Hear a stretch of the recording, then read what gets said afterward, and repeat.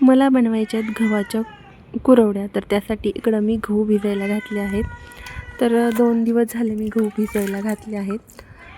तर उद्या मी त्याचा चीक काढणार आहे. तर आज मी हे धुवून ठेवते. तर उन्हाळी वाळवणाची सुरुवात कुरवडीपासून करते. तर इकडे 2 किलो गहू मी भिजायला घातलेले आहेत.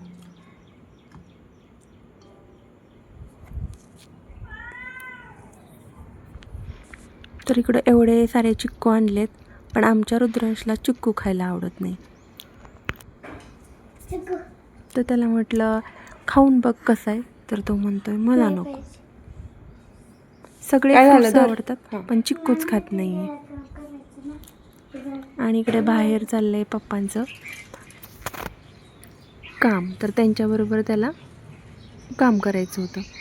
तर काल कंपाऊंडचं सगळं साहित्य आणलं होतं, मागच्या ब्लॉगमध्ये तुम्ही बघितलंच. तर त्यानंतर ते खांब बनवण्यासाठी खड्डे घेत आहे तिथं. तर रुद्रांश घरीच आहे. तर त्याचं पण चाललं आहे की मला पण तुमच्यासारखं काम करायचं आहे.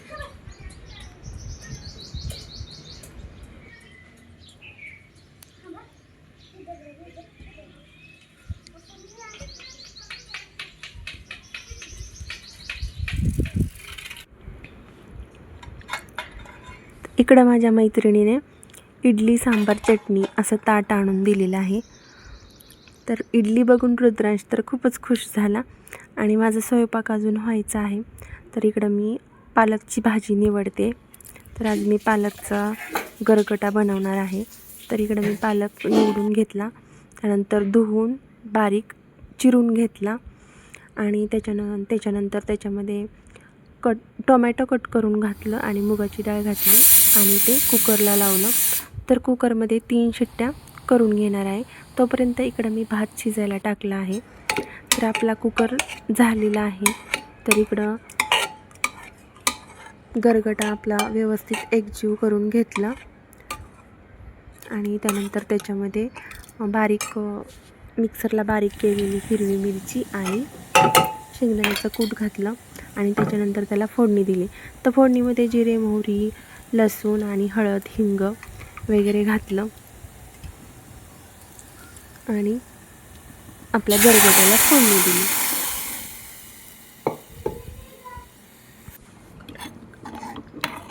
तर आमच्याकडं पालकाचा गरगटा सगळ्यांनाच आवडतो. तरी आपली गरगट्याची भाजी तयार झाली. आता गरगटा आहे म्हटल्यावर भाकरी तर पाहिजेच. त्यामुळे इकडं मी भाकरी बनवल्या आणि गरम गरम आम्ही जेवायला बसलो. तर भात, भाजी, भाकरी, लोणचं, कांदा, मुळा असा आजचा बेत होता. तर तोपर्यंत रुद्रांशच्या पप्पांचं पण काम झालं होतं. मग त्यानंतर आम्ही जेवण केलं. जेवण केल्यानंतर थोडा वेळ आराम झाला आणि नंतर 4 वाजता परत कामाला सुरुवात झाली. तर इकडं जे वाफे आणलेले होते ते कट करायचे होते. तर त्यासाठी रुद्रांश पप्पांना मदत करतोय.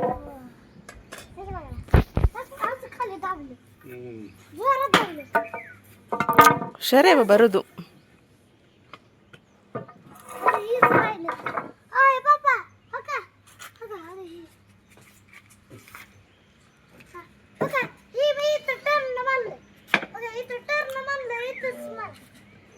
काय मारले? खून केली.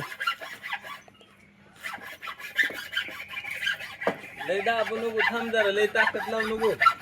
मी सांगेल त्यावेळेस कर.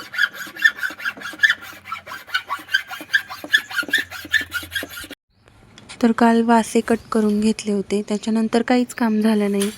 तर आज दुसऱ्या दिवशी सकाळी रुद्रांशला स्कूलमध्ये सोडून आल्यानंतर इकडं रुद्रांशचे पप्पा झाडाच्या फांद्या कट करतायत. जे कंपाऊंडला आडवे येत आहेत त्या फांद्या कट करून घेत आहेत. आणि त्याच्यानंतर इकडं जे खांब उभे करायचे आहेत त्याच्यामध्ये त्या खड्ड्यांमध्ये भरण्यासाठी खडी आणि सिमेंट हे मिक्स करून घेत आहेत,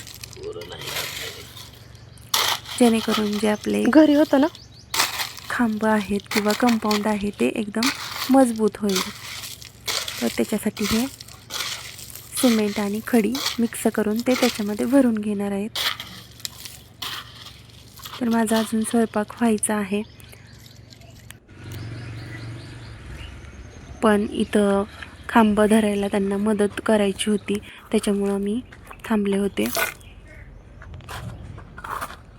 तर हाताखाली पाणी देणं किंवा अजून काय पाहिजे असेल ते देणं त्यासाठी थांबावंच लागत होतं. त्याच्यामुळे म्हटलं स्वयंपाकाला उशीर होणार आहे. तर इकडं अशा पद्धतीनं त्या खड्ड्यामध्ये ते खडी आणि सिमेंट भरून घेतलं आणि ते एकदम पॅक असं केलं.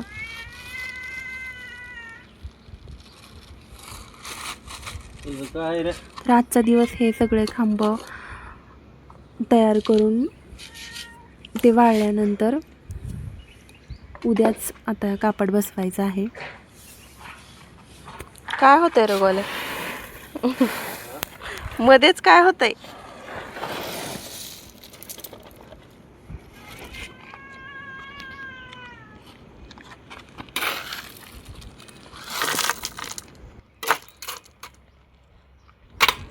तर बऱ्याच दिवसापासून मी म्हणत होते की आपल्या रूमला कंपाऊंड करून घ्या, कापड बसवून घ्या. कारण आमच्या इकडे एवढी कुत्री आहेत आणि कुत्र्यांची पिल्लं आहेत आणि गाढवं वगैरे पण येतात आणि ते सगळे मग ते कुत्रे फरशीवरती येऊन बसतात. ते काम करू वाटतं आणि रे काय तुला. काय कधी कधी घाण पण करतात. असलं काम लय करू त्याच्यामुळे वाटतं रे तुला. ना ते हे करण्यासाठी पॅक करायला पाहिजे म्हणून हे कंपाऊंड करायला काय की नाही सांगितलं. तुझ्या पप्पाला पण करू वाटतं. आणि आता ना मला उन्हाळी वाळवणाचे पदार्थ पण करायचे आहेत. तर म्हटलं कंपाऊंड करून घेतलं तर ते वाळायला पण टाकता येईल बाहेर. त्यामुळं थोडंसं लवकर हे काम चाललं आहे. तर इकडं रुद्रांशच्या पप्पांचं काम झालं आणि ते रुद्रांशला स्कूलमधून आणायला गेले आहेत आणि इकडं मी त्याच्यासाठी इडली बनवली आणि आज आमच्या दोघांचा पण उपवास आहे. तर इकडं शाबू भिजवला आहे. तर उपवासासाठी शाबू वडे करायचे आहेत. तर तोपर्यंत रुद्र आलेला आहे आणि आल्या त्याचं चाललेलं असतं बघायचं की तुम्ही काय काम केलं, मला येईपर्यंत का थांबला नाही. आणि इकडं मी शाबू वडे बनवलेत आणि ह्या गेल्या वर्षीच्या राहिलेल्या पापड्या वेपर्स ते सगळं तळून घेतलं आणि त्याच्यानंतर गरम गरम वडे खायला आम्ही बसलो.